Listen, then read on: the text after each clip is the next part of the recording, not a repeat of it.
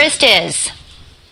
We're here in the 17th Division military base just outside the city of Al-Raqqa. He could be American, and now the FBI wants you to help them figure out who it could be. Peter Ducey is live in Washington. Peter, why is the FBI releasing this video now, and what specifically are they asking Americans to do? Elizabeth, we can very clearly hear everything this mysterious militant with a North American accent says in English and in Arabic, but we cannot see much of his face. So the FBI is asking for help putting together more of a profile of this man who may very well be one of the dozen Americans who are fighting alongside ISIS, of the 100 or so who have joined or tried to join the fight. And we're here with the soldiers of Bashar. You can see them now digging their own graves in the very place where they were stationed. The very place where they were stationed, terrorizing the Muslims in Raqqa. Alhamdulillah, the hukm of Allah is going to be carried out on these same soldiers by the brothers from the Muhajirin and Ansar that captured them. And behind them you can see the officers' residence filled with bullet holes and artillery shells from the Islamic State.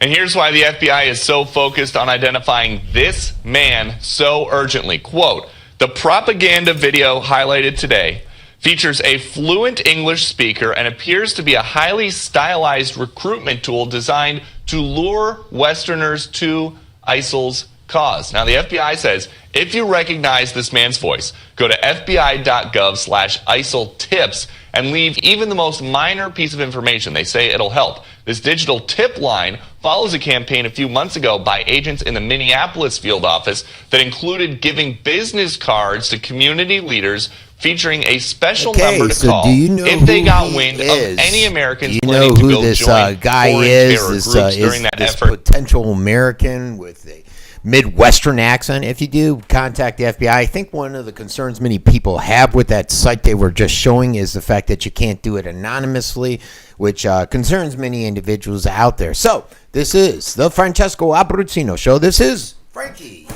and we are here to educate, inspire, and affect change, hopefully, with this show. Hopefully, covering news that you're not hearing about on major media. It gives you another alternative news source to get information from so that you have a fully rounded options out there in terms of trying to come to a rational decision in terms of things just like Ukraine. What are we doing there? We have the government story. We have what's actually been going on out there. And we have major media, which has been basically the mouthpiece for the government. This is a one-man show. I do all the research, the hosting, the technical aspects, everything you can imagine is done by yours truly, website and everything. So let's go ahead and get started. I did want to start off just by talking about ISIS, and there are reports that I think a congressman came out and said there were 10 ISIS terrorists arrested coming across the border in Texas, but now they're saying it was only 4. They were apprehended about, I guess it would be about 2 days ago right now. And this came out from a government watchdog group, Judicial Watch, and they said they received intel from high-level government sources claiming that the federal authorities have arrested ISIS players in Texas's Rio Grande Valley. They entered through the Mexican border, and Homeland Security sources tell Judicial Watch that the 4 have been apprehended. And they're now questioning them, seeing what they're doing, why they were crossing the border, and all that good stuff. This comes one day, though, after I said that Duncan Hunter had suggested, and this is a California rep, I believe, that 10 have been arrested on the border. Yeah, but we're, again, only confirming that there were just 4. So now we've always assumed they're coming across the border. Now we know they are. And so the inaction by Obama to do something with that border is starting to become a major issue out there, folks. How come nothing's being done? How come we're just sitting there and letting this flood of immigrants come across the border with all their viruses? Again, I'm one of those guys that thinks they brought the respiratory virus over here. It's known that in many of these detention centers, I think I covered it yesterday, they have scabies and everything else over there. What's to stop someone from coming? Who's to say that these 4 ISIS guys were not shot up with Ebola, and they were coming here to spread Ebola? I doubt that's what's happened, but you never know. It's not that far-fetched, folks. So we got to look at the mentality. Well, and when I say it's not far-fetched, you just got to look at what they're doing. And one thing that's concerning about this group is the death toll, the gruesome Muslim death toll, that you're not hearing about in major media. And I'm not sure why. You know, the group's killing of Westerners, it gets all kinds of attention, and rightfully so. But they've killed a ton of Muslims.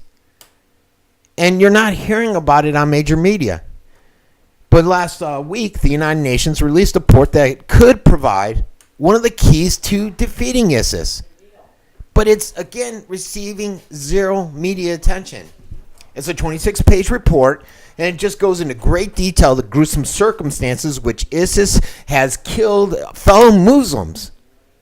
We're talking about beheadings, killing women that object to ISIS policies, killing Sunni Muslim clerics for refusing to swear allegiance to them.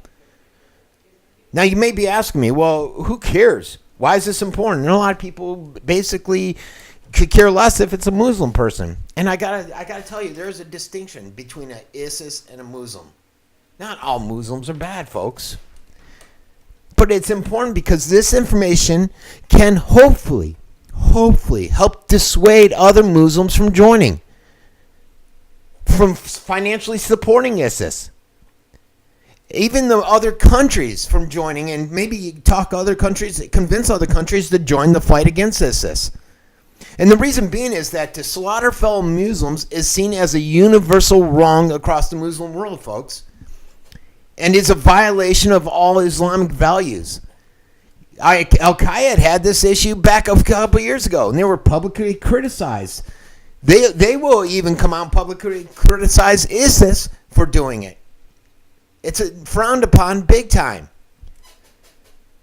You know, and it's not just Muslims, folks. We know about the Christians, the Yazidis, the minorities. You know, because all of that's receiving extensive media attention. However, for some oddball reason, they're staying away from the fact that so many Muslims are being killed for not towing the ISIS line. The killing of Muslims has not, and part of the reason we're not seeing this is the lack of facts surrounding those events. But it is occurring. And there's not a lot of facts around the other events when the Westerners are killed, when Christians are killed, but all that's being reported. There was a report, this 26-page report, that detailed all the specific ISIS actions towards Muslims. That the UN put it together, and they found that ISIS had carried out attacks deliberately. And they systematically targeted civilians and civilian infrastructures. And their whole intention was to kill or wound civilians, no matter if they're Muslim, Christian, or what. And essentially, the UN concluded that during the first 8 months of 2014, at least over 9,000 civilians have been killed. At least over 17,000 have been wounded. And while these deaths are not attributed to ISIS alone, ISIS is identified as the primary actor. You know, there's other actors in the theater. Al-Nusra, Al-Qaeda, other actors in the theater. The leaders of ISIS, too, they know that this could be an issue. They know that if they're caught and it goes out there and it starts to get publicized that they're killing Muslims, especially Sunnis, this could hurt their cause. And they're so concerned about the backlash from this, the group's leaders even sent out a communication in their online magazine addressing the subject. And they're trying to justify why it's happening. And they're basically saying, look, between the threats against Obama and promises of a great life for Muslims and their new so-called caliphate, ISIS has offered this justification, which they think is a valid reason to go out and kill Muslims. And what they're saying is that they claim that some Muslims were ambushing them within the ISIS fight, so they had to kill them. They said that, hey, we had to take these hostages, and then we tortured and amputated and executed prisoners, all because they were fighting against us. They said some were drowning in alcohol and drugs, and God forbid, some even had more than 4 wives. And that's the logic they're giving behind it. And they're hoping that fellow Muslims will say, oh, okay, yeah, then you should have killed them. And are they kidding me? And where is the world? Where is major media on this? The common thread in ISIS killings of Muslims has nothing to do with Islam, folks. It's all about power, the absolute power. It doesn't matter if you're a Sunni cleric or a Christian woman. They want you to submit to ISIS or die.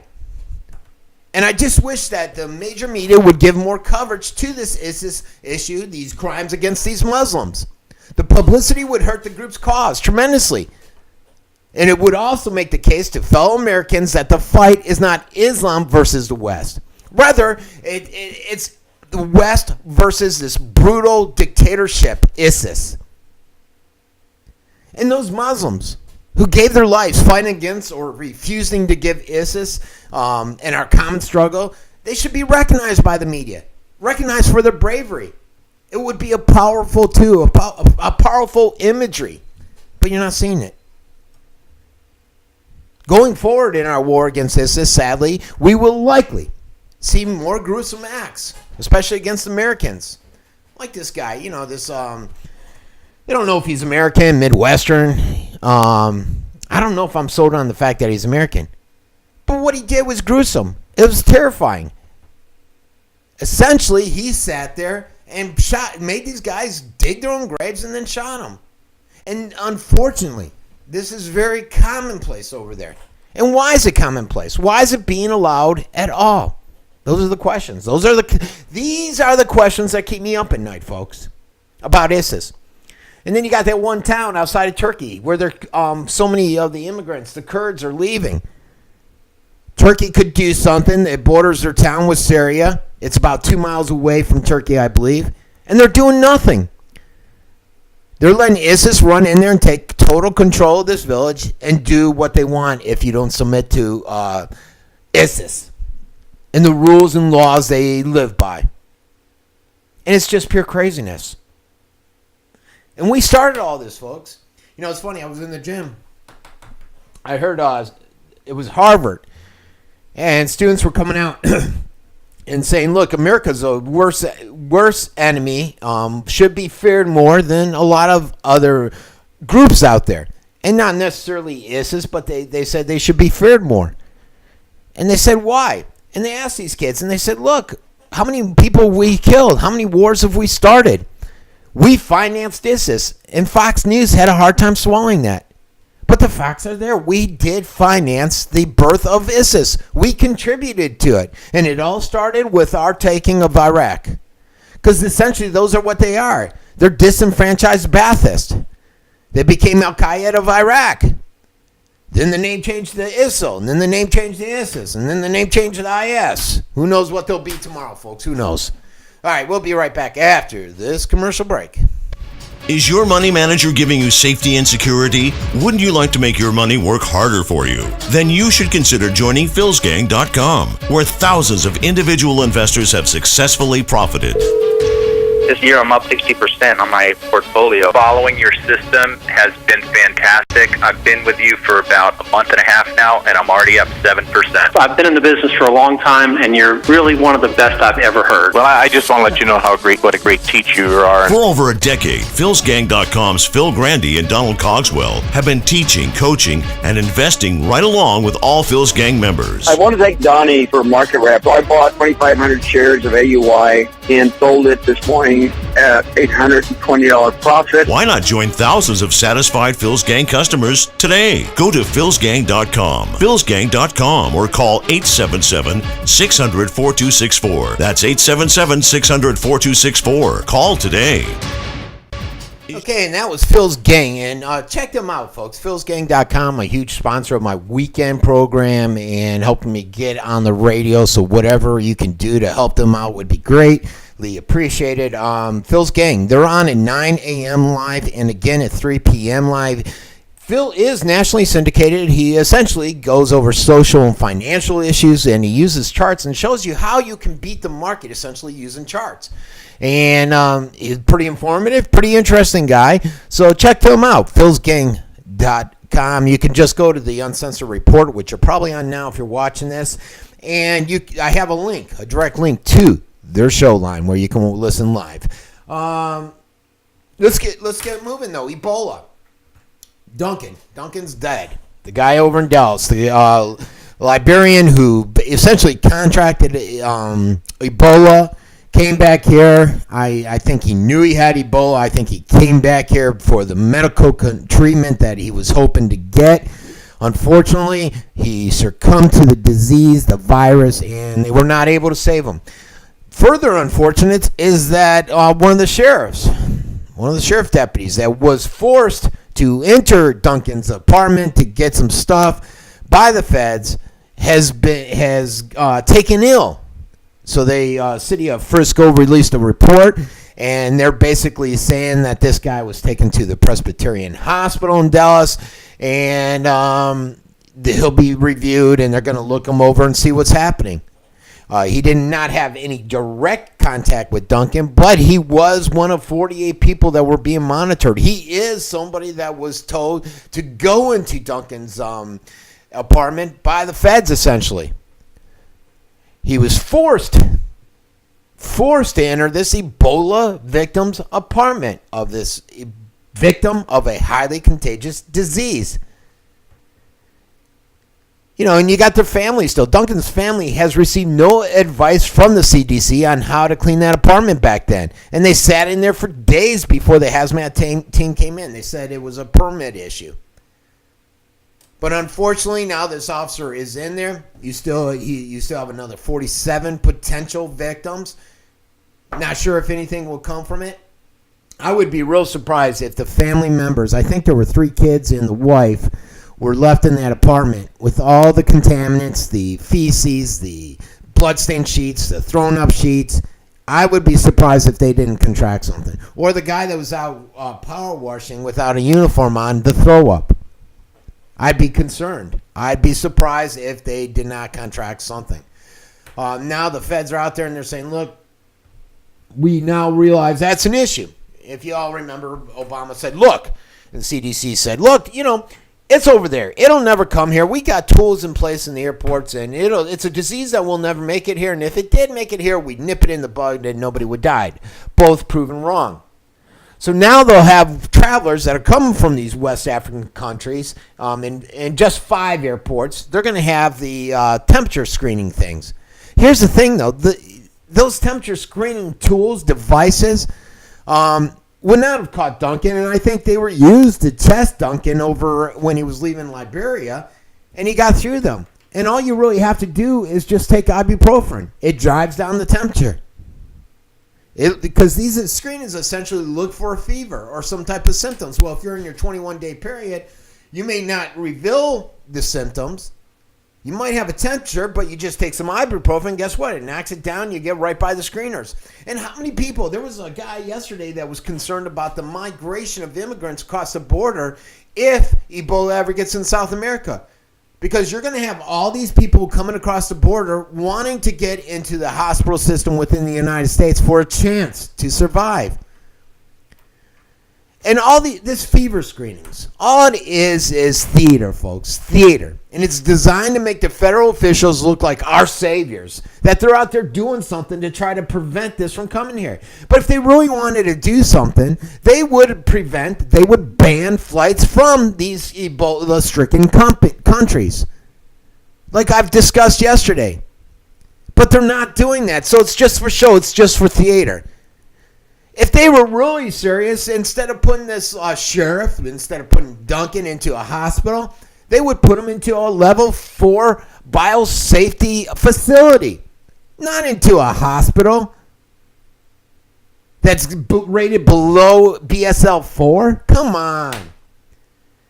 If they were really serious, we had where they thought they had a potential Ebola victim here in Sarasota. And I think I came on the air and said this. My mom's been there. She's been there for over a week now with issues. She didn't know there was an potential Ebola victim there, and her nurse didn't know. People on my scoop pages, where I run a local media outlet with about 40,000 fans, they didn't know, and they work there. Yet they were saying they're on high alert. There's too many issues out there. They need to be quarantined. And not in a hospital. A hospital can't even contain staph infections. How the heck are they going to contain Ebola? Just one slip up. The nurse over in Spain, they're saying that she slipped up because she touched her face with a glove. A simple slip-up, folks. And this could happen. The fact that Ebola is being allowed, people with Ebola are being allowed to travel back to the United States is insane. The fact that we're sending our men in arms over there to do battle against Ebola is insane. Especially when you get news like what WHO's put out. And they've been communicating this, and it essentially contradicts what the CDC is saying. And they're out there basically admitting that Ebola can spread via coughing, sneezing, or touching a contaminated surface. So I sneeze, achoo! It goes all over you. You can get it, folks. It goes on the surface. You can get it. And the WHO has issued this bulletin confirming this. And confirming what's been asserted for weeks. That Ebola can spread via indirect contact. But what they're doing is they're playing with words. You know, CDC, they're in denial. They don't want to, they're out there spreading dangerous disinformation about Ebola. And it's on the wording of what is airborne. Because I guess in the medical world, airborne has a different meaning, so they're saying it's not airborne. Based upon that meaning. You know, and if you look at, according to the CDC, Ebola can be spread via direct contact, but the CDC is basing a lot of their assumptions on how this can't spread, based upon an outbreak that was back in 76, which was, 45 years ago? And they continue to push 5 deadly assumptions about Ebola, which is endangering the lives of Americans out there. And they need to get on the ball. They need to communicate accurate safety information to our health officials, to the public. Don't worry about upsetting the people of the public, about getting them freaked out. At least they'll be prepared. Maybe they need to get freaked out, folks. And because of the CDC's lackadaisical attitude about Ebola transmission, the Dallas Ebola outbreak may have even been made far worse, with people walking around contaminating everybody. That was just a circus there, folks. But because the CDC sets the standards for dealing with these infectious diseases here in the States, we're in trouble. Because when if the CDC claims Ebola can only spread via direct contact, emergency responders, Red Cross, and everybody's just going to go with that conclusion. And they're not going to prepare for the worst. And it isn't airborne. And I get that it's not airborne, but it can spread through the air. They both CDC, WHO, they continue to aggressively insist that it's not airborne. But they're not telling you about the fact that it can spread via the air, via aerosolized droplets. I think it's called aerosolized. Basically sneezing. Oh, and here I'm looking at this document. The medical definition of airborne, it turns out, is a specific, narrow definition that defies the common understanding of the term. To most people, airborne means it can spread through the air. And Ebola most certainly can spread through the air when it is attached to particles such as spit, saliva, mucus, blood, or body fluids. So there you go. And, all the CDC will do is say, there's a slight possibility it could happen. But most virologists would disagree with them. And it's hogwash, folks. But it seems to be the default response of the government to all legitimate threats. First, deny the reality of it, misinform the public, keep people in the dark, and maybe the whole thing will just be swept under the rug and work itself out. Especially with midterm elections coming up. Obama's got enough issues on his plate now. He doesn't need Ebola. He's out there trying to keep the market up from crashing before midterm elections. Because they basically had this whole Ponzi scheme that jacked it up with QE and now zero interest rates. He's got the latest scandal where the White House, it just came out today, the White House had this 25-year-old, I think he was a Yale graduate volunteer. He was part of the lead team to ensure that the hotel was okay with the Secret Service. Ends up he was with a prostitute.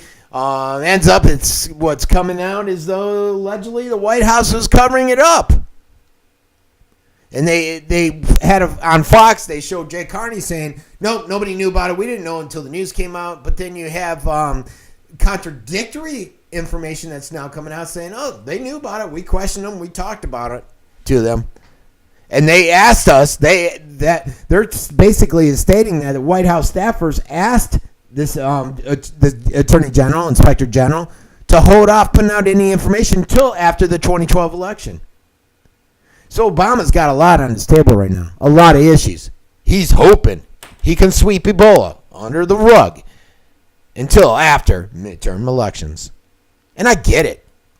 I don't agree with it, but I get what he's trying to do. We'll be right back, folks. Get some of this great apparel from theroguegrant.com or the Uncensored Report or thevintagescoop.com. We have hats, shirts, coffee mugs. They say educate, inspire, and change. Or for my Scoop fans, it'll say the Vintage Scoop, Sarasota Scoop, etc. Help me with this operation so I can continue to get a fresh perspective on the news out to the masses. Thanks a lot, and have a great day. Just go to my website and click on the icon. Hey everybody, this is Frankie, and I'm here today to introduce Longevity. It's a great nutritional supplement to anybody that's eating right or not eating right. I take supplements on a regular basis, and Longevity cannot be beat, especially at some of the great price points. So go to theroguegrant.com or the uncensoredreport.com and click on shop. Go down to Longevity, click on it, and you'll be helping out the operations of the station so that we can continue to bring you a fresh perspective on alternative news. Longevity. Check it out today. I tell you what, that echo. I tried a Longevity mix yesterday. I forget what it's called. I was out at Phil's gang talking to the gang, and he said, hey, try this mix. So I had some water, and I was really feeling run down. Like today, I got up at 2:45, and I was feeling run down yesterday. I'll probably feeling run down today, and I got a long day today because I have to tape my Saturday show out at Phil's. So he said, try this stuff. I tried the mix, and amazingly, it did wake me up. Longevity. Give it a try, folks. All right, now we're going to talk about police, and I actually have an episode too where tonight I'm talking about for locally is the militarization of police because the local Sarasota police department received a grant for $1 million to hire 8 people, and I go into this whole spill that I'm going to cover tonight. But increasingly, I'm starting to really get negative on police, and I don't really want to. And perhaps it's because I live in a bubble here. I live in a town, Venice. Chief McNulty, I have a great deal of respect from him. We don't see a lot of issues. And if there are issues, he seems to be someone that's on top of it. Especially with his leadership. You know, Lieutenant Rose, I went to high school with him. Lieutenant Eric Hill. McMiller. All these guys seem like good, outstanding people. And we don't seem to have a lot of the issues. Some towns I'd be concerned about living in would be Northport because there's a lot of concerns around their police department.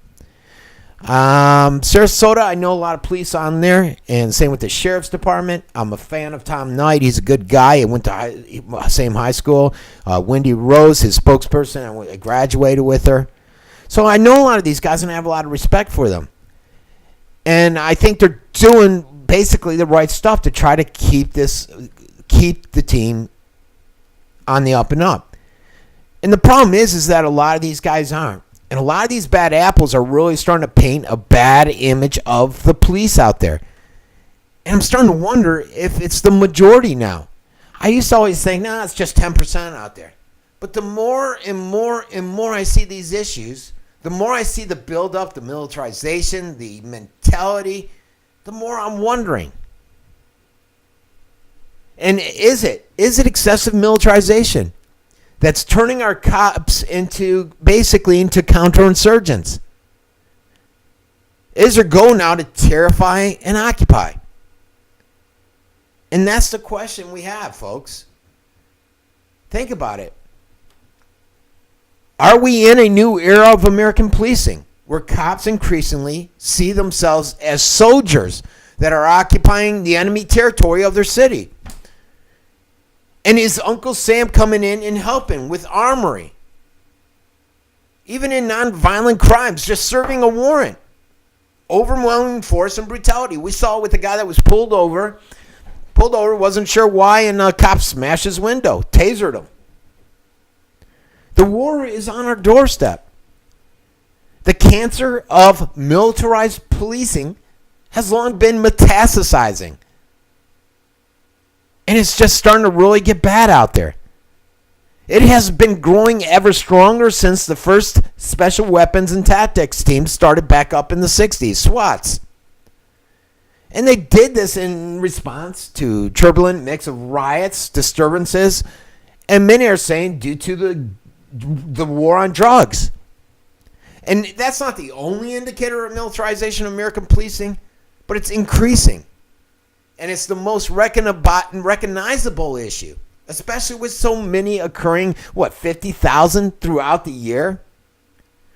This whole proliferation of SWAT teams across the country and the paramilitary tactics. They're spreading a violent form of policing designed for extraordinary, but in these years made ordinary. When did extraordinary become ordinary? When did the concept of SWAT teams become the norm? When did they not become beyond just elite to the norm? And these are the questions many people have out there. Like I said, 50,000 SWAT raids a year, folks. The wars come home. There's 80% of all raids in 2011, 2012 were just to serve warrants. We need to pause here just for a moment and consider that these violent home invasions are routinely used against people who are only suspected of a crime. Not found guilty, suspected. You got paramilitary teams just rushing in, bashing down doors to search for evidence of a possible crime. Where did our liberty and freedoms go? Increasingly, police departments choose tactics that often results in injury, property damage, death. And we should be concerned about this, folks. It's everyday militarization. And don't think that the military mentality and equipment associated with SWAT operations are just confined to those units. It's starting to permeate in all forms, in all aspects of policing. And they're being trained that way. They emphasize force and aggression.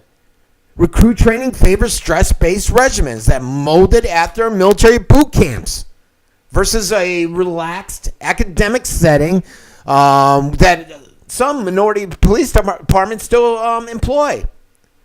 But what happens is this results is a young officer who believes policing is about kicking ass rather than working with the community and making the neighborhood safer.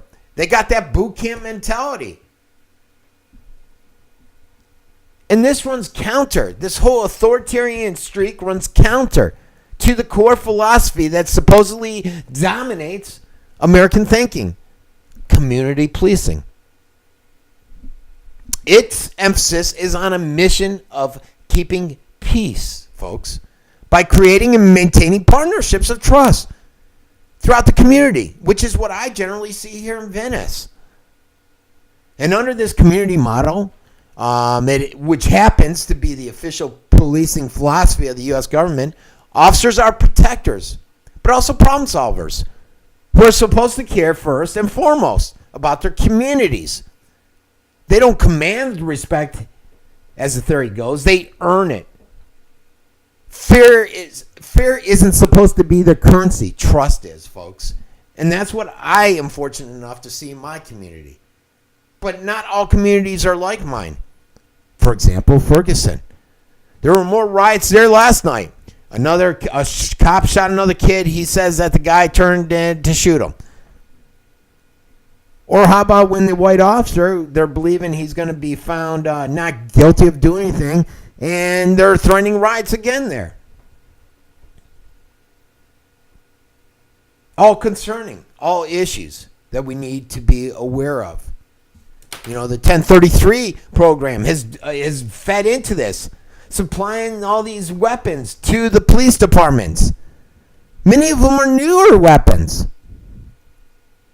New, I'm telling you, folks. They're getting essentially was, hey, let's get rid of the Pentagon weapons. Let's not waste them. We'll hand them over. But 1/3 of all these materials given out to these police are new, which raises newer, disconcerting questions. Is the Pentagon simply wasteful when it purchases military equipment and weapons with our money? Or could this be another downstream subsidized market for the defense contractors? And that's what it is. That's who's making the money. The military-industrial complex. And the Pentagon is actively out there distributing the weaponry out to the police, making them militarized. And when the police departments look to muscle up their arms and tactics, the Pentagon isn't the only game in town, folks. You have other departments, Department of Homeland Security. They're militarizing in the name of counterterrorism. The Justice Department. You know, that should be a startling source there. They're a source for police militarization. And they're dedicated to spreading the community policing model through its community-oriented policing service office. Giving out grants. These grants incentivize different types of policing that has made the war on drugs such a destructive force in our society. And, you know, it's, no matter if it's the militarizations occurred due to federal incentives or executive decision-making in the police departments, police across the nation are arming up. And there's no public debate on it. You know, report by report shows evidence is mounting. American militarization of police is a threat to public safety. And we need to do something about it. We need to nip it in the bud. While the pace of the police militarization has quickened, there has at least been seen some pushback from communities now. They're saying, hey, return those armed vehicles. What the heck do you need a Hummer for? Many former police officers are out there wondering the same thing. Why do you need all this? Just remember, folks, once something started, it's hard to contain it. And this is an issue that's hard to contain. So I thought it'd be a good time to sit there and say, what can you do? What are the rules of engagement for resisting the police officers, resisting a police state? The pearls of resisting a police state grow more costly with each and every passing day, especially if you hope to escape with your life and property intact. And the thing you must remember is that we entered an age of militarized police in which there's no longer viewed as civilian but as enemy combatants. We're enemy combatants. We're not civilians. And there's several cases out there where individuals are being punished beyond what should be called for. They got this case on this article here. Mary Vandenberg. She was charged with distributing the peace. Punishable by 93 days in jail and a $500 fine. What was she doing? She was so daring to vocalize her frustration over a ticket by reading a prepared statement at court. And then she dared to pay a $145 fine in all singles. You know, what incidents like this do is they make it clear that anything short of compliance will now get you charged with a growing number of contempt charges. They get trotted out anytime a civilian voices discontent with the government or challenges or even questions authority. Worst case scenarios involve getting probed, poked, pinched, tasered, manhandled, arrested, shot, killed. So what can you really do? When you find yourself at the mercy of a law enforcement officer who have almost absolute discretion to decide who is to treat you, how to treat you, what constitutes resistance, how harshly they can deal with the citizenry, what rules of engagement when it comes to interacting with police. You need to know this. If you want to play it safe, comply. Do whatever they want. Don't talk back. Don't threaten. And don't walk away. Keep in mind, however, that this is not a fail-safe plan. No, it isn't. Especially not in the age where police officers tend to shoot first and ask questions later. If compliance isn't your cup of tea, then you got a few other options out there, folks. A few other options. One thing to look at is, if this is a war, then the tactics I'm about to outline could be considered nonviolent guerrilla warfare. Strategic warfare. Because Americans need to know their rights when it comes to interaction with police. Bearing in that mind that most of these law enforcement officers don't even know they're ignorant to the laws themselves. In a nutshell, here are your basic rights that you have when interacting with the police. And it's part of the first 10 amendments out there to the Constitution.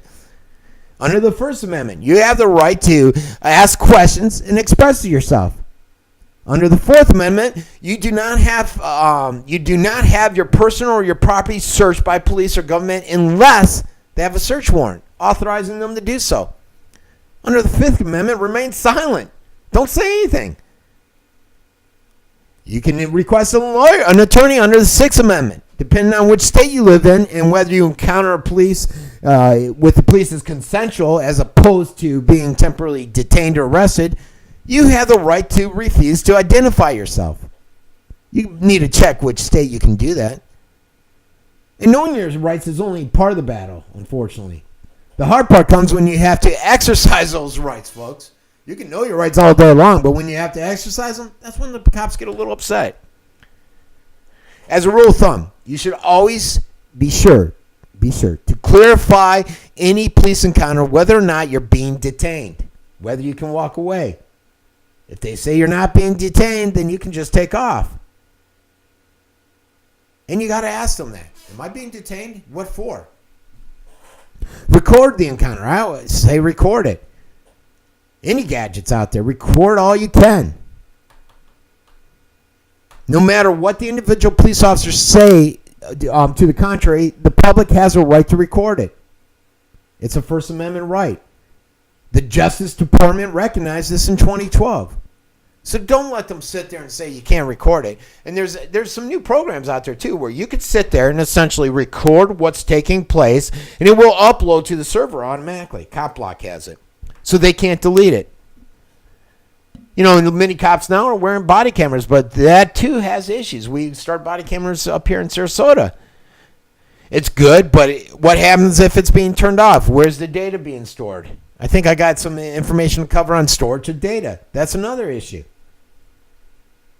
Clearly, the language of freedom is no longer the common tongue spoken by the citizenry and their government, with the government having shifted into a language of force. Military force, a standing army. Isn't that what we're talking about?